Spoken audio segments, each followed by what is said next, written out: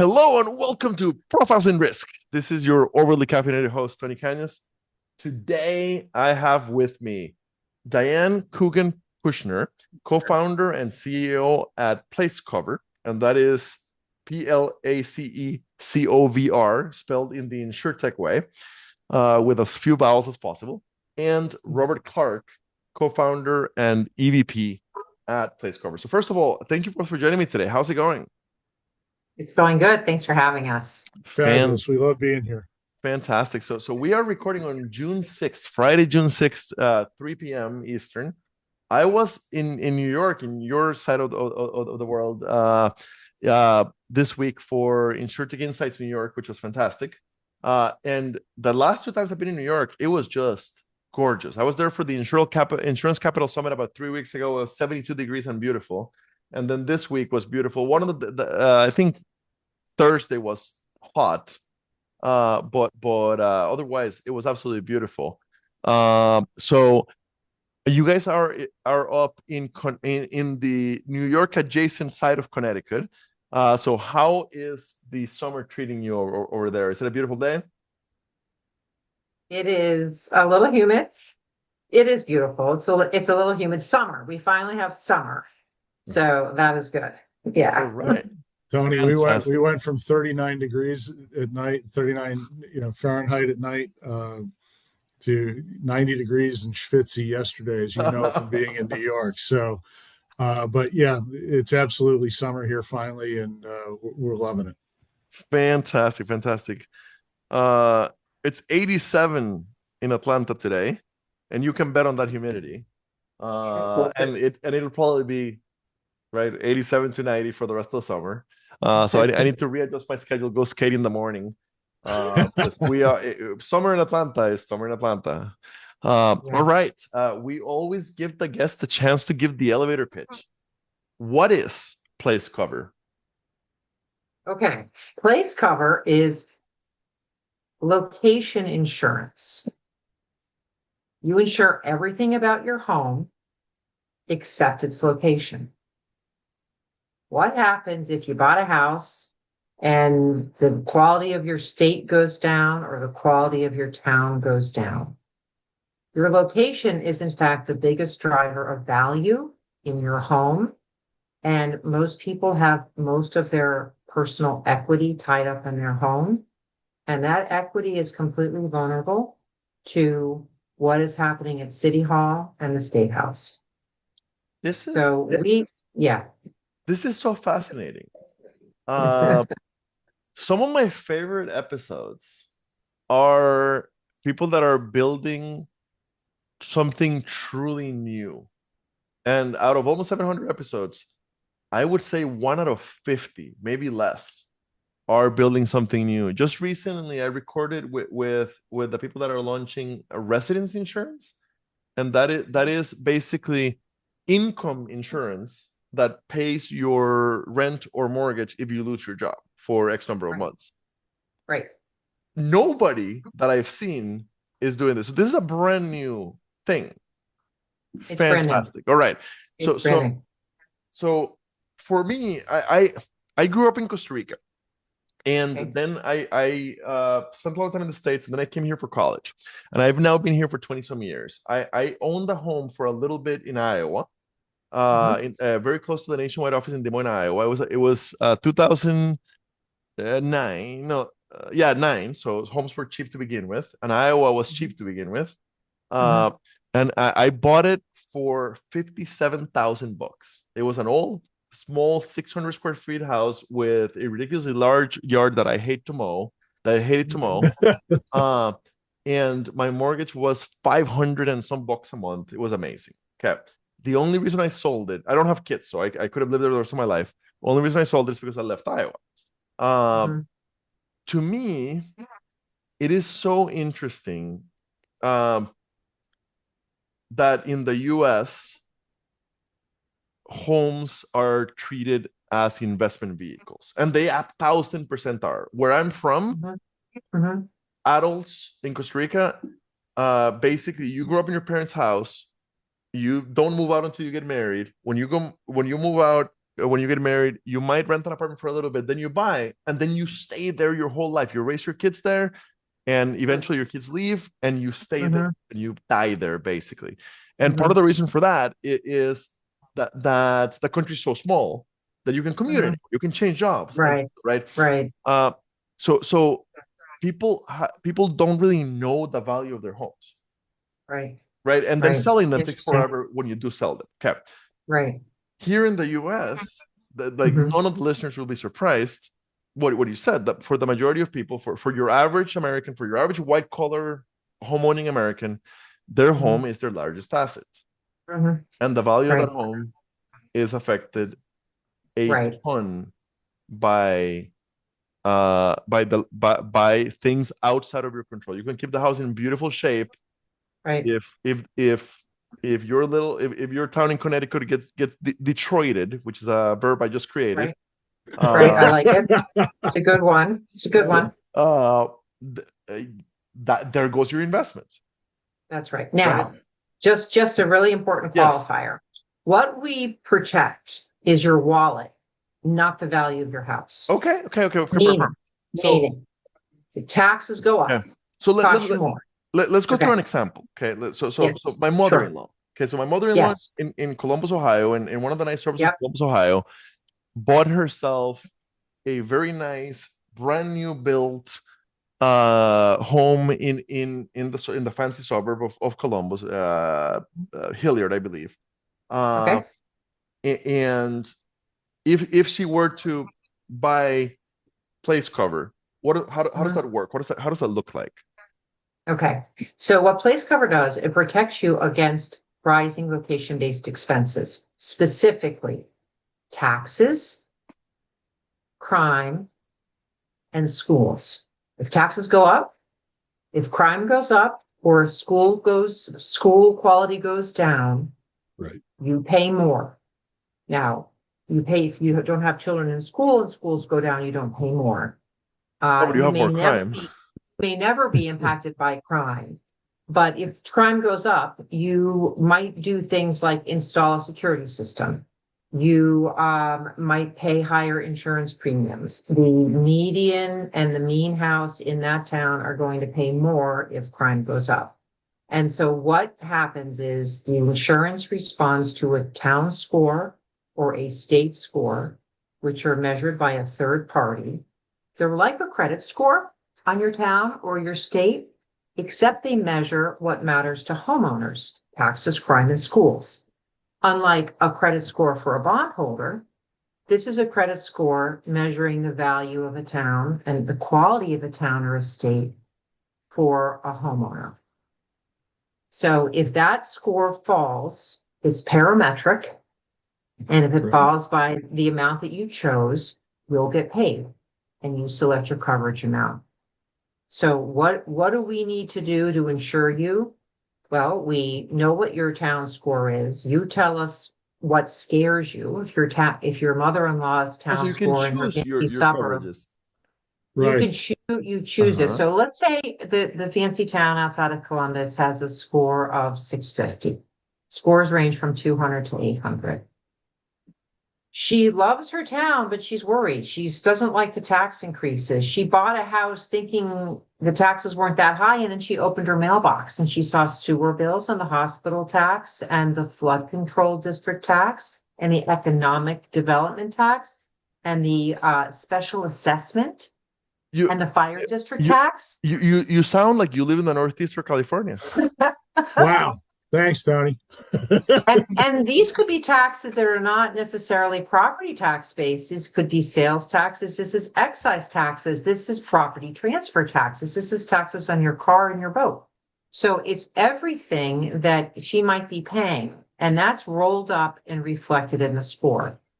Now, if her tax burden goes up, and by burden we mean taxes relative to income of the people in the town, because of course taxes always rise, right? But so do income. So if that burden rises, if more is being taken out of your wallet and crime goes up by a little bit, for example, then maybe her score falls from 650 down to 600. for $590, and she bought a policy for a 60-point drop. And she bought a $10,000 policy. She selected the coverage amount. And if the score drops by that amount in the policy period, she gets paid. It's parametric. It's parametric. I was about to say the very words. It's parametric. Yeah. We tell her that her score has fallen and that her policy is triggered. She doesn't have to track it. She doesn't have to follow up. We notify her and we mail her a check. That's it. And then she can use that money however she wants to use it. However she wants to. Because money is fungible. She paid a higher tax bill. Yeah, she has less in her bank account to buy groceries or whatever. Yeah, you can pay the tax bill. You can pay for the move. Right. Yes, exactly. Brilliant. And the coverage is based on the perpetuity value of an event. So if the town raises taxes or the fire district raises taxes, and they go up by $1,000 this year, they stay up. So the perpetuity value of that is $10,000. So you can buy coverage. You can actually buy coverage up to $30,000 today. So it's not like you have to be writing checks to your town that are $30,000 today. You can be writing $2,000 or $3,000 checks, but over time, in present value, they're going to be $30,000. Tony, I noticed you were smiling. You know, because we're talking about insurance and on an insurance podcast. You know, look, we designed this. You know, so much of insurance started looking somewhere else. We designed this with homeowners absolutely in mind. We designed it to be really simple. We designed it to work the way insurance is supposed to work, where an event happens and the insured gets paid. And it's very, very simple to understand. So, you know, Diane and I, you know, watched as friends and family. You know, you made a comment about the Northeast, moved away from the Northeast. And, you know, that was sort of the premise for founding the company. I mean, Diane has hugely deep domain experience in the insurance world. And we kind of looked at each other and said, you shouldn't have to move away from the life that you've cultivated and built, right? And so how do we do this? How do we make this simple for people to use, for people to understand, and for people to get paid when bad things happen? Right. And like all insurance, it's to make you feel less anxious and less nervous. You don't have to worry. It's, you know, it takes away the worry factor. You know, think about a retired person on a fixed income. Yeah. You know, like your mother-in-law, I don't know if she's still working or not, but no, she's retired. She's been retired for like 10 years. Yeah. She probably is on a fixed income, and, you know, a blip in expenses makes you think twice. She doesn't really want to move away from her family. I don't know if she's you know, their grandkids nearby. Kids, with our exception, the other kids are in Ohio. Yeah. Right. And she doesn't want to move, and she shouldn't have to move, and she shouldn't have to panic that she might have to, because, you know, she opens the mailbox and gets another bad surprise. Yeah, no, so, it's peace of mind. Absolutely. Yeah. And this is happening all over the country, Tony, in these isolated pockets. You said Detroited, which is a phenomenal term. You should just coin that now and be done with it. But all of a sudden, in places that you'd expect and in places that you wouldn't expect, all of a sudden you've got a 25% tax increase here, a 48% tax increase there. And if you're, you know, to your point about you don't know what you get when you buy a house, you know, and Diane can speak a little bit further on this, but, you know, those all show up in your mailbox. And when you're on a fixed income, or when you're a first-time home buyer that's stretched during COVID to get on that first rung of the home ownership ladder, or you've got middle school age kids, and all of a sudden you have to have a budget discussion about where are we going to get this extra $2,000 or $3,000 this year from, and you don't want to move those kids out of that school system. What now? And so there's a lot of, you know, the overlapping stuff to figure this out, to say, how do we quantify what a location is worth to an individual homeowner was, I have nothing but deep admiration for my business partner, because she literally beat her head against the concrete wall for 6 years to build what we're about to launch. It was really, really hard. So, I just want to chime in about the numbers that Bob was talking about. And there are newspaper articles about taxes going up by the numbers that he said, double digits, but those are extremely rare. And I question the veracity of the journalism behind them. But because taxes don't rise that much in a year, unless you renovated your house and you added on, and now your tax bill is double because your assessment has gone crazy because, or, yes, and assessments are lumpy, right? A town can reassess and your house can go way up in value and nothing really happened and your neighbors miraculously stayed flat.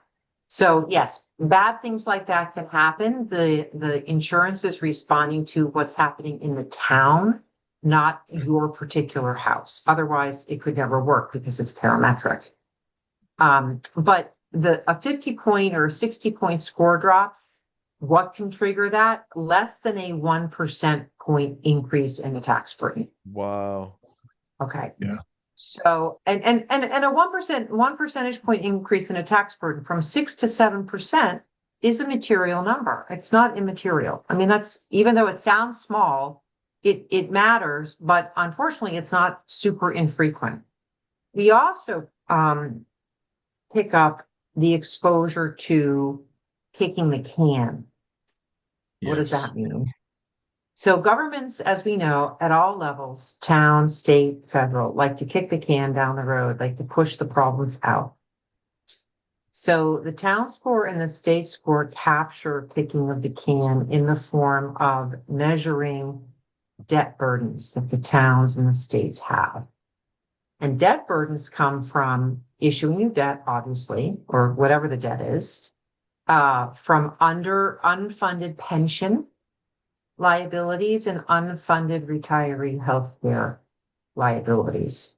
So if you're in a government and you're figuring out, you have so much tax revenue and you have more bills to pay and you don't know what to do, your options as a government manager would be, you could raise taxes, you could create new taxes, you could increase fees, everything from the train station parking lot to permit fees.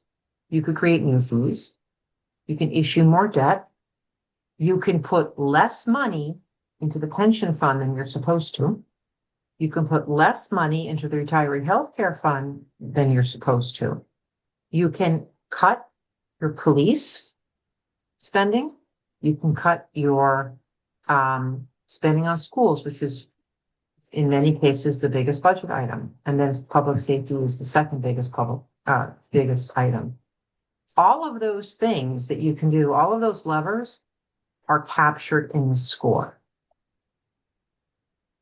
So, and they impact you as a homeowner. So, if a town has to issue more debt to pay its bills, that is not the town's debt, that is your debt. That is your debt. And then that is bad for you. Your earlier point. Hurts your wallet. It's your expense. You have to pay for it. And the insurance responds to that. And Tony, to your earlier point, sorry, Diane, this is the stuff that homeowners don't know. This is the stuff that's out of the homeowner's control. When they buy a house, they don't have visibility into, really accurate visibility into things like unfunded pension liabilities and other stuff that's already been kicked down the road 10 years before they bought their house. It makes so much sense. Brilliant. Like there's so many things about this that are interesting. Right? Number one, brilliant thinking to come up with the product. Would have never occurred to me. Then again, I'm not a homeowner, but brilliant, absolutely brilliant. Number two, the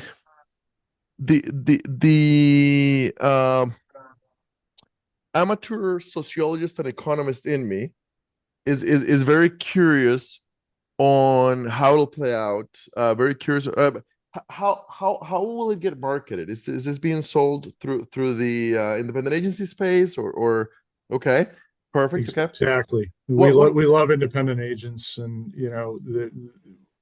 we actually spoke with one not too long ago, Diane, in North Carolina, who basically said that the problem that you're solving, I see it out my window every day. This is a second generation agency owner, right? In a small town in North Carolina. Said we see it all day, every day. And if we had this product, we could literally sell it. Every one of our customers would buy it tomorrow. Wow. Yeah, What it's a migrating problem. It's migrating from the north to the south. what what We like to what share, is Tony. what is the pricing like? So what like and of course I know Diane's gonna struggle in so I'm gonna address this question specifically to Bob, because Bob is the sales guy. So for the listeners, we had a good conversation at the beginning. Bob and I are sales guys. Close to the truth is good enough. Diane is the operations person. She has to be accurate. So Bob, what does the pricing look like? Just a general idea. Affordable for almost all, and then I'll let Diane tell you how the risk is actually priced. But it's very, very inexpensive. Okay, perfect. So between 1% and 7% of the coverage amount, depending upon in insurance parlance, the attachment point. Perfect. Are you calling it attachment point, or are you calling it? No, we're not. No, Okay. we're not. We're calling it the protection level. Perfect. So a Perfect. 100-point drop is less likely than a 50-point drop. So a 100-point drop is less expensive than a 50-point drop. So you can buy it in increments of, 20 to 25. So It's actually 60, 80, 100, and 120. So Tony, a $10,000 coverage policy for a 100-point drop is going to cost what, Diane? $100 for the year? 100 and depends upon the town or the state, but between 100 and 150. So as with most parametric, it is not an expensive product, which is fantastic. But that also means that it's a difficult product for agents. So the problem, it's the term life insurance problem. It's the right coverage for most people. It doesn't pay for the agency to sell it. So how do you solve for that issue? How do you make sure the agents sell it when the premiums are low and thus the commissions are low? Okay, a couple of things. One is that unlike a lot of traditional insurance policies, there is always a commission upon renewal. Okay. So if you buy it again, you get another commission. A lot of people have multiple properties, and so they can buy multiple policies. But it's really for the independent agent. What we're hearing, the feedback is it's a way to engage with their clients. Perfect. Right. The retention play. It's a retention play to say, sorry guys, but your premium's going up and again. And then the client says, are you kidding me? I have to pay higher insurance premiums. My taxes just went up. I'm thinking I got to get the heck out of here. And the agent says, well, actually, we have something for you that can help you sleep at night, to make you less anxious, and can hedge you against the risk of rising expenses associated with your location, other than obviously insurance costs. So it's a way to stay engaged. And we have a license with the data company. And the data company's retail product is called Town Score Report. It's townscorereport.com. They publish the town scores and the state score. Think of townscorereport.com like Carfax for your town or Carfax for your state. And so we have a license and we can distribute those information products, those reports. The agents can give them to their clients. So the client doesn't even have to buy a policy. The agent can just give them a report. And we think that's good for promulgating what we have, getting the word out. And Tony, aside from being a conversation starter, right? So, if you're an independent agent who networks through a lot of realtors, right? Or a lot of STR owners, right? It's a great conversation starter there. It's a great renewal conversation for these agents that are battling really tough renewal conversations, particularly in places that, Florida, for instance, right? To say, like Diane's example earlier, we hear you, we understand you're upset about, a big increase in your taxes and in your insurance, but here's a product that can help protect against at least some of that. There's not much we can do about the rising insurance rates. And ultimately, because we designed this, from a customer first standpoint, right? Thinking about the homeowner first, we then thought, okay, how are we going to distribute it? How are the independent agents going to sell this? And we've made it seamless and really easy so the agent doesn't have to handle the paperwork. They send their client a code and it links them to our website where the customer can choose their coverage level, right? And they buy it, and the site issues the declaration page and policy instantly. So there's no paperwork for the agent to do and handle. And since we notify the customer and the agent when a claim is triggered, there's also no paperwork for the agent there. So we've made this really, really simple and a high value perception add to an independent agent for their Fantastic. Fantastic. The sociologist in me is very curious what the social effects will be. But we'll see about those. Will it be available all 50 states? Like can I buy this in San Francisco and some other, New York City and other like of the most troublesome, expensive cities in So two things. The answer is no. We're rolling out in Florida because, it's funny, when we started to build the company, Florida was where everyone was going. Everyone was leaving Connecticut, New York, Massachusetts, New Jersey, and moving to Florida. And now people are in Florida and they're unpleasantly surprised with things like taxes and fees for sewers and everything else. And then just the myriad of taxes. Oh, I didn't know about the mosquito control tax. I didn't know about the flood control district tax. I didn't know about, So we're starting in Florida. And once we get a foothold there, we will expand to Pennsylvania, Massachusetts, Connecticut, and Rhode Island. And then from there, based upon understanding what we're seeing in the market, when we have more market information, we will expand. But it is likely to be a concentration on the East Coast geographic footprint. I mean, we'd like to get out to Illinois and Ohio. We'd like to get to Texas, but we're more likely to end up next states would probably be New Jersey, North Carolina, are the most likely next states. So a controlled regional rollout. Right, Tony, you talk to a lot of startup folks. We're starting up a brand new company with a brand new product here, so it's. Diane always says, crawl, walk, run. Oh yeah. So is the goal 50 states or? Yes, the goal is 50. Yes. And we also have a state cover product too. So you don't have to buy it on your town. You could buy it on your state. Illinois. Looking at you, right. Illinois. All right. Yeah. The insurance nerd in me is very curious how, by the way, I'm not an expert on this, but I am guessing that this is the first product ever where taxes are a covered cause of loss. So that is, I never even occurred to me. Like I'm surprised it's even legal to wait, you gotta cut that out. Yeah. We can edit that out later. Like that it's just hilarious that you can insure now in one way or another against taxes, against tax increases. Okay. Well, don't forget, Tony, you're insuring the wallet because the taxes hit the budget, and ultimately what we're really insuring is a homeowner's ability to pay. I totally I totally get what it's doing, and it makes perfect sense. How is it underwritten? Yeah, the former underwriter in me is like, how on earth do you underwrite this? Okay, so here's the thing. You don't underwrite, you price. How do you price for this type of risk?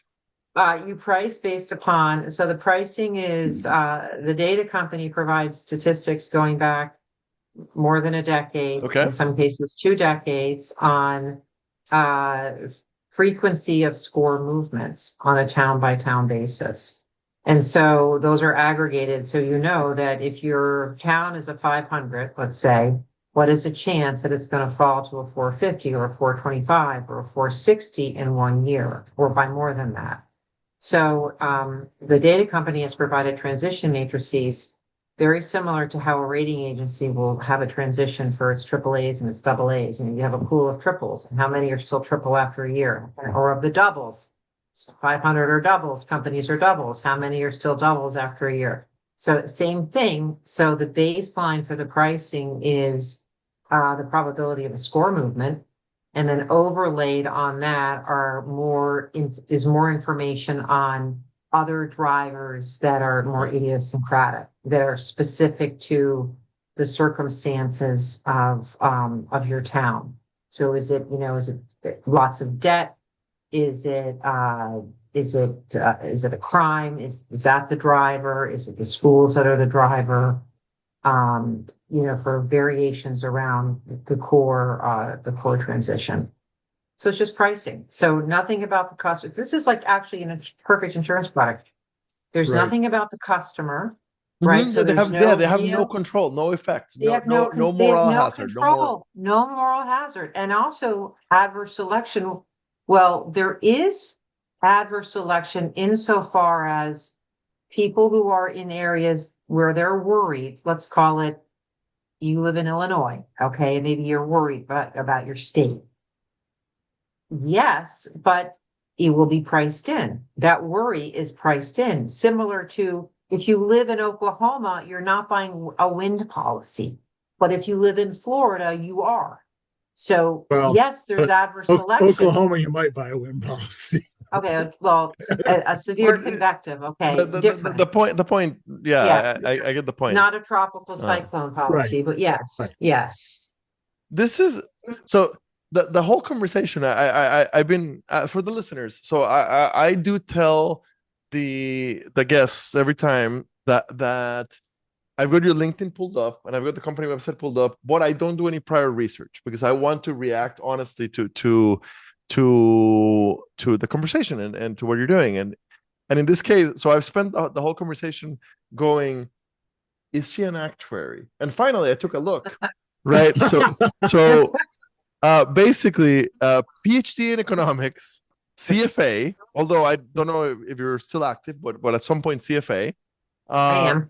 Former chief risk officer at a significant, I don't know if I can use the name from my perspective, I can, but at a significant carrier, like a well-known carrier. And so it's just very interesting. So you did tell me a little bit of like kind of the origin story for the product, but I spent the whole time going like, who on earth would think of this? Well, the answer is a PhD in economics who was also a CFA. Fantastic. So the regulators, whenever I'm talking to like I think of, for example, Parento, one of my favorite stories from the podcast, where they are building a what's it called, paternity and maternity leave benefit through the private market, first in the US. And I remember conversation with Dirk, who created that company, and going like, okay, so what kind of chassis? What is it built on when it comes to the insurance regulations piece? Is this like a derivative? Like, how is this? What is this built on? What kind? It's an insurance product. Okay. So there's an insurable interest. Uh-huh. You can't buy the policy if you don't own a home. Perfect. Okay. And you have to, it does indemnify you because you have to suffer a loss. Uh-huh. And there's a calculation agent that confirms that a loss has occurred if a score has dropped, meaning that the mean household in that town will be paying more out of pocket because of rising tax burdens, rising future tax burdens, i.e. indebtedness, rising crime, or falling schools, or some combination thereof. So and then the homeowner has to say, yes, I have been impacted by this, and they have to attest to that. And so it's like many other parametric insurance, like a parametric wind insurance. It operates the exact same way. It is insurance. Perfect. Yeah. Perfect. When is it launching? It is launching this month we're launching this month, later this month. Okay. So at this Yeah. point, so sometimes the reason I asked that is because my approach to the podcast, there are times where I'm bringing in people that are very, very, very early stage. So in that case, I like to ask them, what else do you need? Are you looking for capital? Are you looking for reinsurance? Are you looking for capacity? Are you looking for fronting carrier? Right. So it sounds like you guys are pretty set up and ready to go. We have would like a lot more we have a relation. carrier. We have paper. We have our platform built. We have independent agents who are signed up to sell a product, and we always need capital. We're Always. startup. So And we would like to always expand our distribution relationships. So, Perfect. the more distribution we can get, the better. So Yeah. the two sales guys, or although do correct me, Robert, if you want to phrase it differently, but I'm good. the two sales guys would phrase the capital side as there is still an opportunity to invest in this incredible product that we're building. If you are interested, there's still an opportunity to invest in this incredible startup. if you are, I don't know if you're at the angels. I'm guessing at the angel stage or the VC stage. If you invest in innovative insurance products, their LinkedIns are included in the show notes. Tell them that you heard them here. I don't get commission, but I do get pride of knowing that those things happen because people come on the podcast. Tony, I love that approach. Now we are out at a seed stage. We did our friends and family, and Diane and I have invested heavily. And seed stage, and that's all marketing and data licensing, right? Very simple sources and uses of proceeds.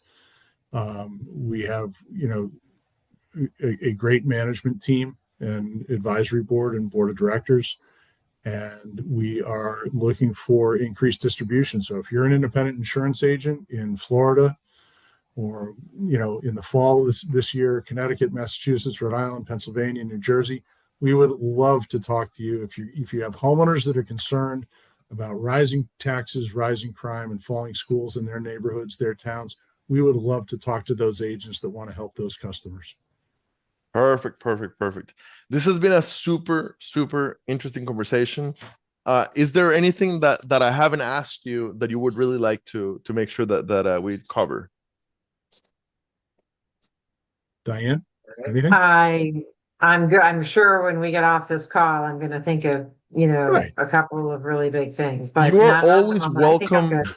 You're always welcome to come back. In fact, I often, especially with exciting things, I often say, would love to have you back in a year or two to talk about how the deployment has gone and like how the product has changed. Thank you both so much for your time. When this goes live, I will tag you both on LinkedIn. Yeah, this is such a cool product. For any future founders that are listening to this, I want to leave one last thing, which is, holy crap.